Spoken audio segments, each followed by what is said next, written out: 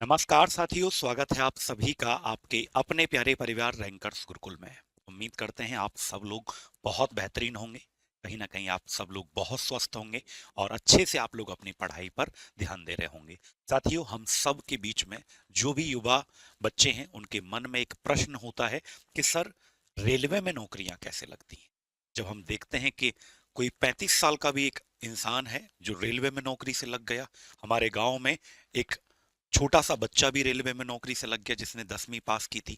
तो क्या 10th पास करने के बाद भी रेलवे में नौकरी लग जाती है? क्या ग्रेजुएशन के बाद भी नौकरी लग जाती है? कितनी एज होती है सर इसमें नौकरी लेने के लिए? Group A, group B, group C, group D, क्या क्या पोस्ट इसके अंदर होती हैं? कितनी सैलरी उनको मिलती है? और क्या क्या पढ़ना पड़ता है रेलवे में सरकारी नौकरी के लिए? क्या क्या चीजें होती हैं? फ्री में कैसे तैयारी करें और कैसे आपको पढ़ना है? इन सभी बातों की चर्चा आज इस वीडियो में हम करने वाले हैं। क्योंकि आप लोग कहीं ना कहीं जब 10th पास करते हैं, 12th करते हैं, ग्रेजुएशन करते हैं, तो बहुत सारे बच्चों को गांव देहात से जो बिल्कुल बिलोंग करते हैं उनको ये पता नहीं चलता कि 10वीं के आधार पर भी सरकारी नौकरी लग सकती है। और आज इस वीडियो में मैं आपको ऐसी पोस्ट के बारे में बताऊंगा रेलवे के अंदर जिससे आप 1 लाख रुपए भी कमा सकते थे। ऐसी सरकारी नौकरी 10वीं के बाद 1 लाख रुपए महीने जिसकी सैलरी होती है। तो पूरा वीडियो लास्ट तक आप देखना और कमेंट करके बताना कि आपके लिए ये वीडियो कैसी रही। साथ ही जब हम बात करते हैं भारतीय रेलवे की, तो यहाँ पर भारतीय रेलवे पूरे भारत देश के अंदर सरकारी नौकरी देने के मामले में सबसे ज्यादा सरकारी नौकरी देने वाला संस्थान भारतीय रेलवे है, जिसमें 12 से 14 लाख से भी ज्यादा कर्मचारी काम करते हैं। भारतीय रेलवे, आपने देखा है कि कितने जोन में भारतीय रेलवे बटा हुआ है और अलग अलग जोन से जब भी वैकेंसी आती है तो लाखों की संख्या में बच्चे अप्लाई करते हैं। इवन ग्रुप डी की जब मैं बात करेंगे, करोड़ों की संख्या में फॉर्म अप्लाई होते हैं।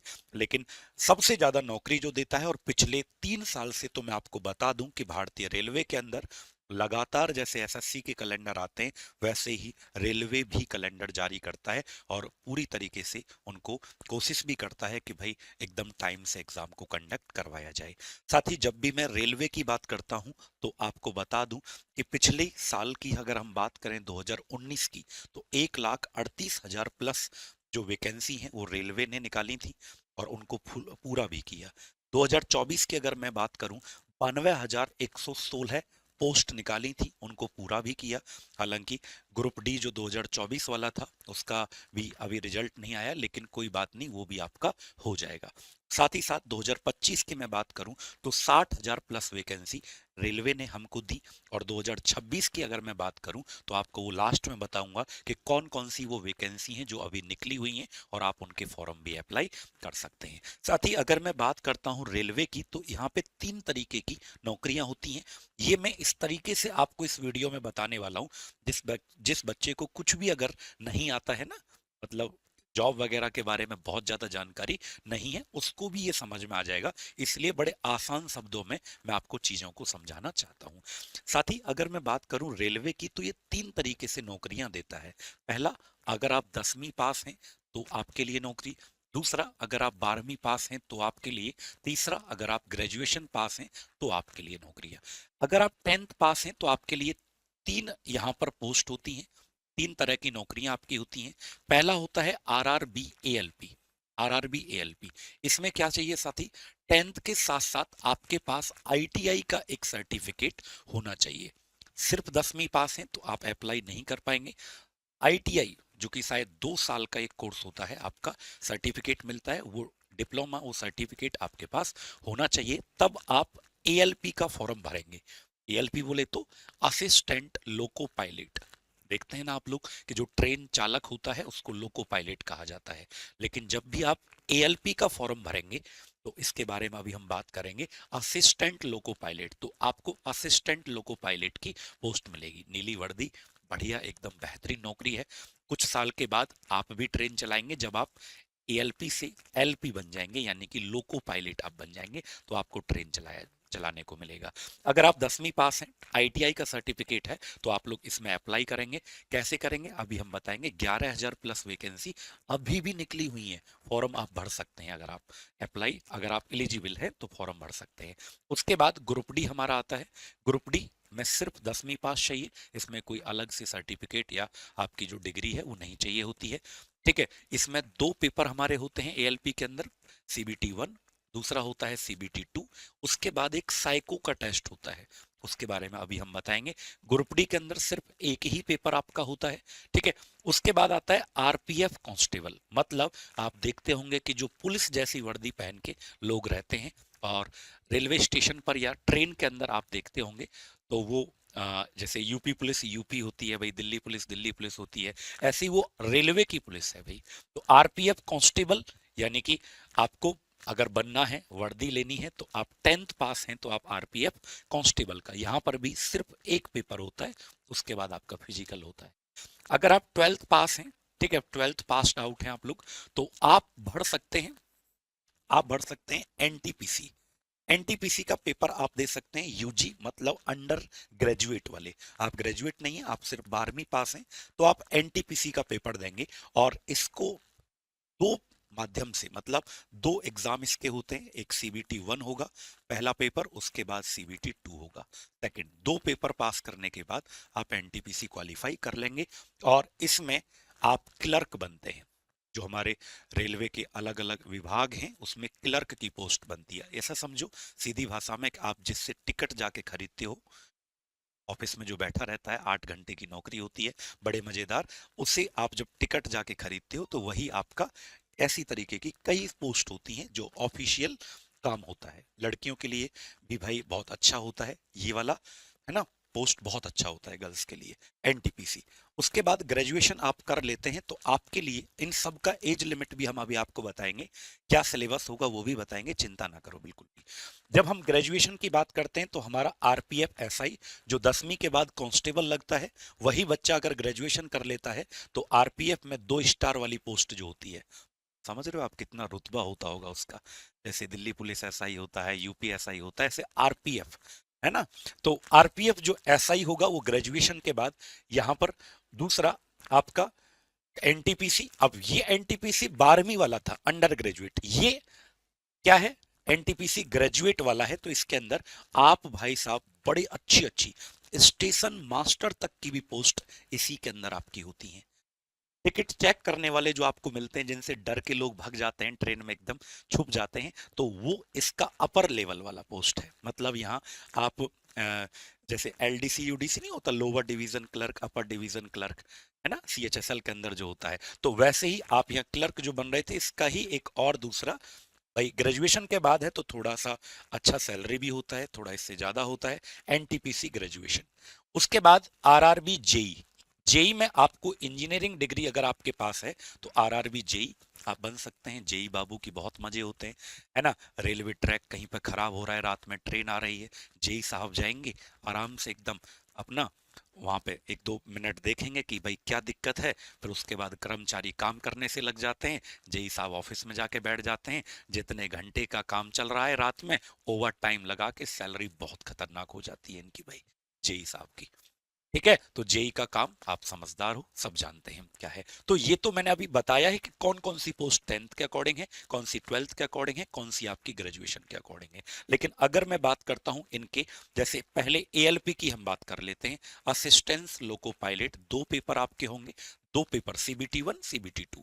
उसके बाद सीबीएटी जिसे साइको टेस्ट कहते हैं, बहुत नॉर्मल सा टेस्ट होता है, पिक्चर वगैरह दिखाते हैं, उससे क्वेश्चन पूछते हैं क्या क्या है, तो बहुत नॉर्मल सा टेस्ट होता है। लेकिन इसके लिए भाई मेडिकल चाहिए होता है, मतलब आंखें आपकी जरा सी भी वो नहीं होनी चाहिए, 6/6 एकदम, जरा सा भी दिक्कत अगर है मेडिकल में तो भाई बाहर कर देते हैं आंखों में। तो सीबीएटी आपका होता है बच्चों। ये पे ग्रेड 1900 की आपकी पोस्ट है, ग्रुप सी की पोस्ट है आपकी।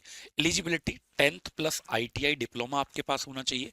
एज आपकी 18 से 30 साल होनी चाहिए। सैलरी भाई टोटल मिलाकर सब कुछ 1 लाख के लगभग आपकी सैलरी बन जाती है, टोटल सब कुछ मिलाकर।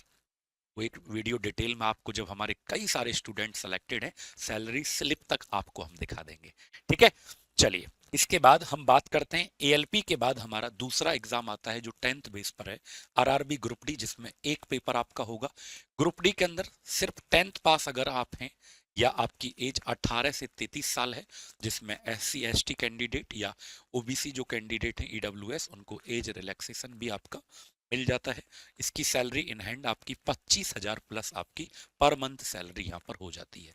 ग्रुप डी का काम बहुत क्या कहते हैं अच्छा भी होता है, जैसे लाइनमैन होते हैं, ठीक है, ट्रैक मेंटेनर होते हैं, और क्या कहते हैं जो बहुत सारे ग्रुप डी के काम आपने देखे होंगे, मल्टीटास्किंग होता है। वजन जो ट्रेन में रखते हैं वो भी होते हैं, जो लाइट पे आपने देखा होगा या झंडा दिखाते हुए आपने देखा होगा, तो बहुत सारे काम यहाँ पर ग्रुप डी में होते हैं। तो 35,000 प्लस पर मंथ इसकी सैलरी आपकी होती है ग्रुप डी के अंदर। अगर हम बात करें अभी तीसरा, देखो तीसरा जो हमारा पेपर था आरपीएफ कांस्टेबल, आरपीएफ कांस्टेबल या फिर आरपीएफ एसआई की जब मैं बात करता हूँ, ये आपका 10th बेसिस पर था, अभी हमने आपको समझाया। ये आपका 12th बेसिस पर था, सॉरी ग्रेजुएशन बेसिस पर था आपका आरपीएफ एसआई। इसमें एक ही पेपर होगा, चाहे आप कांस्टेबल लग रहे हैं चाहे आप ग्रेजुएशन लेवल पर एसआई दे रहे हैं, एक ही पेपर आपका होता है। ग्रुप सी की पोस्ट है, एलिजिबिलिटी 10th और इसके लिए ग्रेजुएशन। 18 से 22 साल एज आपकी चाहिए अगर आप कांस्टेबल का फॉर्म भर रहे हैं, 18 से 28। अगर आप एसआई का फॉर्म भर रहे हैं तो 20 से 28 आपकी एज होनी चाहिए। कांस्टेबल की सैलरी 35,000 प्लस होती है, वहीं पर अगर एसआई की हम टोटल सैलरी की बात करें तो 50,000 प्लस आपकी सैलरी होती है। ठीक है, इसके बाद सिलेबस भी हम आपको बताएंगे बच्चों। एनटीपीसी की हम जब बात करते हैं तो एनटीपीसी के 2 पेपर आपके होते हैं, यानी कि 2 पेपर आपके टोटल होते हैं यहाँ पर, और 2 एग्जाम जब हमारे टोटल होते हैं तो सीबीटी 1 पहला और सीबीटी 2 इसके बाद दूसरा। एलिजिबिलिटी अगर आप यूजी अंडर ग्रेजुएट, तो अभी मैंने स्टार्टिंग में आपको समझाया 12वीं पास ग्रेजुएट हैं तो आपकी कोई भी ग्रेजुएशन की आपके पास डिग्री है तो आप लोग एनटीपीसी ग्रेजुएट का फॉर्म भर पाएंगे। एज आपकी 18 से 33 साल होनी चाहिए अंडर ग्रेजुएट के लिए, और ग्रेजुएट के लिए 18 से 33 साल अगर आपने ग्रेजुएशन कर रखा है। सैलरी जो मिलता है 40,000 अप्रोक्स मिलता है। यूजी वाले जो होते हैं हमारे 12th वाले और जो ग्रेजुएशन वाले होते हैं इनको 50,000 प्लस सैलरी आपका मिलता है। काम मैंने आपको स्टार्टिंग में ही बताया था। और इसके बाद अगर मैं बात करता हूं आपके जेई के एग्जाम के बारे में, तो जेई का जो हमारा एग्जाम होता है ये आपका बैचलर डिग्री इन इंजीनियरिंग, आपके पास ग्रेजुएशन इंजीनियरिंग में होनी चाहिए। 2 पेपर इसमें भी होते हैं जेई में, ग्रुप सी का पोस्ट है हमारा। 18 से 33 साल एज आपका होता है, और सैलरी जो होता है भाई बहुत ज्यादा होता है, 60,000 प्लस। ये मैं आपको प्लस बता रहा हूँ, ये 1 लाख तक भी जेई, जेई और एएलपी 2 ही ऐसी पोस्ट हैं जिसमें सबसे ज्यादा सैलरी रेलवे के अंदर दी जाती है। तो उम्मीद करता हूं कि आपको सभी एग्जाम के बारे में, उनकी क्वालिफिकेशन, उनका जो एज है, उनकी जो सैलरी है, क्लियर हो गया होगा। जब मैं सब्जेक्ट की बात करता हूं, देखो सबका सिलेबस अलग अलग है, लेकिन क्योंकि ये कॉमन वीडियो है तो मैं आपको बता दूं कि ये जितना भी सिलेबस आप इनका कभी भी गूगल करेंगे या मैं आपको एक अलग से वीडियो बना के समझा दूंगा, जितना भी सिलेबस आप देखेंगे तो मात्र 4 ही सब्जेक्ट हैं। एक आपका मैथ्स है, एक आपका रीजनिंग है, दूसरा आपका जीके जीएस है और तीसरा आपका साइंस है। सबसे अच्छी बात ये होती है कि गांव देहात का, क्योंकि मैं खुद एक छोटे से गांव से बिलोंग करता हूं, तो एक सबसे अच्छी बात पता है क्या होती है कि कहीं ना कहीं जो सीबीएसई बोर्ड का दुख दर्द होता है कि हम सीबीएसई बोर्ड से नहीं थे इसलिए हमारी इंग्लिश अच्छी नहीं है, तो यहाँ पे इंग्लिश पूछा ही नहीं जाता। यहाँ पे 4 ही सब्जेक्ट आपके पूछे जाते हैं, मैथ, रीजनिंग, जीके जीएस और साइंस।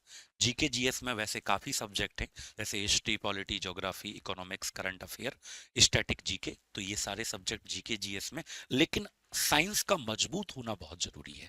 अगर आप रेलवे के किसी भी एग्जाम को फोड़ना चाहते हैं तो ये माना जाता है और ये हकीकत भी है कि विज्ञान आपकी मजबूत होनी चाहिए।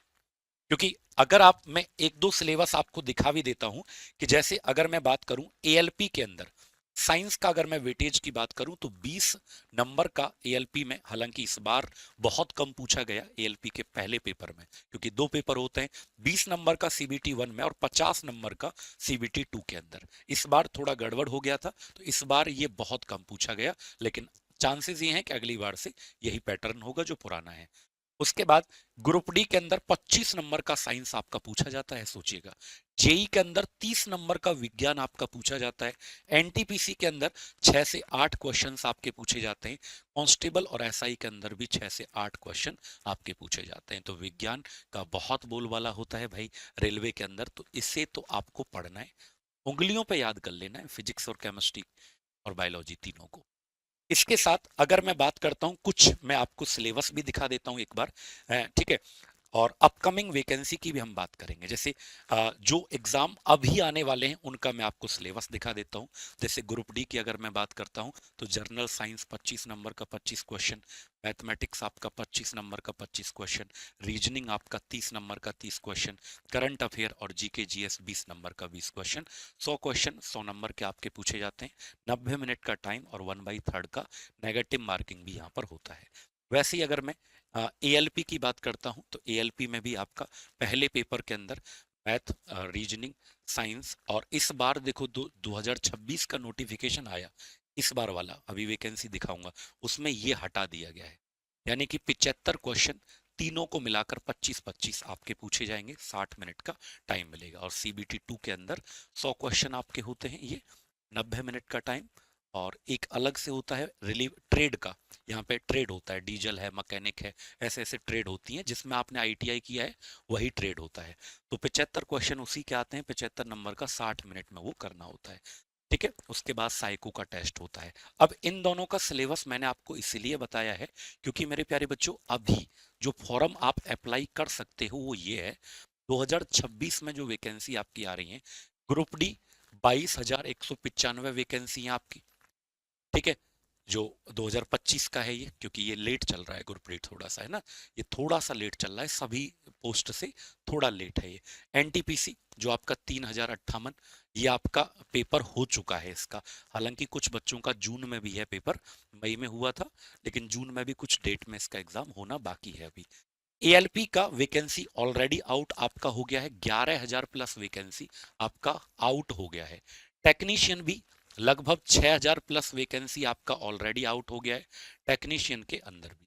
ये भी टेक्नीशियन भी एक पोस्ट होती है, इसमें ग्रेड 1 और ग्रेड 3 आपका होता है। पीसीएम वाले बच्चे भी इसमें अप्लाई कर सकते हैं। तो ये भी आपका होता है, समझ में आया? तो ये और ये दोनों आपकी आ चुकी हैं अभी नई 2026 के लिए। 6,065 6,565 लगभग है ये, और ये 11,127 है। तो भाई आप लोग अपडेट रहिएगा, इसी चैनल से जुड़ी रहिएगा, हर चीज के बारे में आपको पूरा बता दिया जाएगा। ये एक जेनरिक वीडियोस थी जो रेलवे के एग्जाम के बारे में बच्चों की बहुत मदद करेगी। मैं उम्मीद करता हूं कि आपका अगर कोई भी प्रश्न इस वीडियो में छूट गया होगा तो आप इसके कमेंट बॉक्स में जरूर पूछेंगे। हमारी टीम और मैं खुद पर्सनली आपको रिप्लाई करूंगा, आपका कोई भी डाउट अगर होगा तो। और अगर आप अपनी बेहतरीन तैयारी के लिए हमारी पूरी टीम से जुड़ना चाहते हैं तो पहली बात तो साइंस का जो बोलबाला था इस एग्जाम के अंदर, रेलवे के सभी एग्जाम्स में, पहले तो मैं आपको बता दूं कि अगर विज्ञान की पूरी तैयारी, फिजिक्स, केमिस्ट्री, बायोलॉजी तीनों को अगर ऐसा करना चाहते हैं कि शायद जिंदगी में दोबारा कभी ना पढ़ना पड़े, तो आप इस बैच को ले लेना।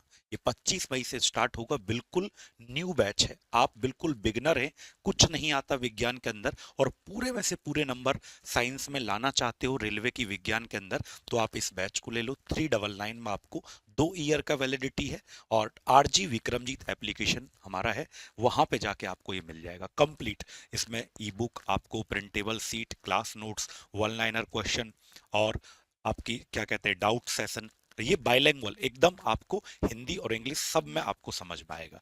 वहीं पर अगर पूरा बैच आप लेना है, मान लीजिए आपको मैथ भी पढ़ना होगा क्योंकि एग्जाम्स में मैथ भी आएगा, मान लीजिए आपको भाई रीजनिंग भी पढ़ना होगा, या आपको क्या कहते हैं जीएस भी पढ़ना होगा, जीके जीएस, तो भाई आपको ये कॉम्बो स्पेशल बैच लेना पड़ेगा। और ये भी 25 मई से स्टार्ट हो रहा है, न्यू बैच है, 1299 रुपए में, इसकी 2 साल की वैलिडिटी है।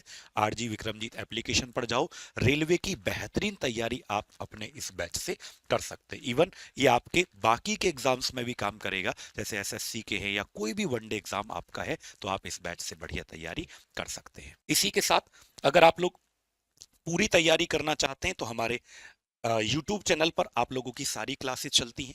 आप लोग यहाँ पर साइंस की पूरी क्लासेस ले सकते हैं सुबह 10 बजे आपके अपने इसी यूट्यूब चैनल पर, रैंकर्स गुरुकुल पर आप लोगों का क्लास चलता है सुबह 10 बजे, तो आप उसको जरूर लिया करें। ये आपके रेलवे के हर एग्जाम को टारगेट करते हुए आपको एनसीईआरटी का बेस मानकर पूरा पढ़ाया जा रहा है। एक बार हम आपको दिखा देते हैं। सुबह 10 बजे डेली क्लास चलती है, टॉप 100 क्वेश्चंस रेलवे और एसएससी एग्जाम्स के लिए एनसीईआरटी के आधार पर आपको पूरा पढ़ाया जा रहा है। बाकी उम्मीद करता हूं आपका कोई भी सवाल होगा तो आप कमेंट बॉक्स में जरूर पूछेंगे। बहुत बहुत धन्यवाद।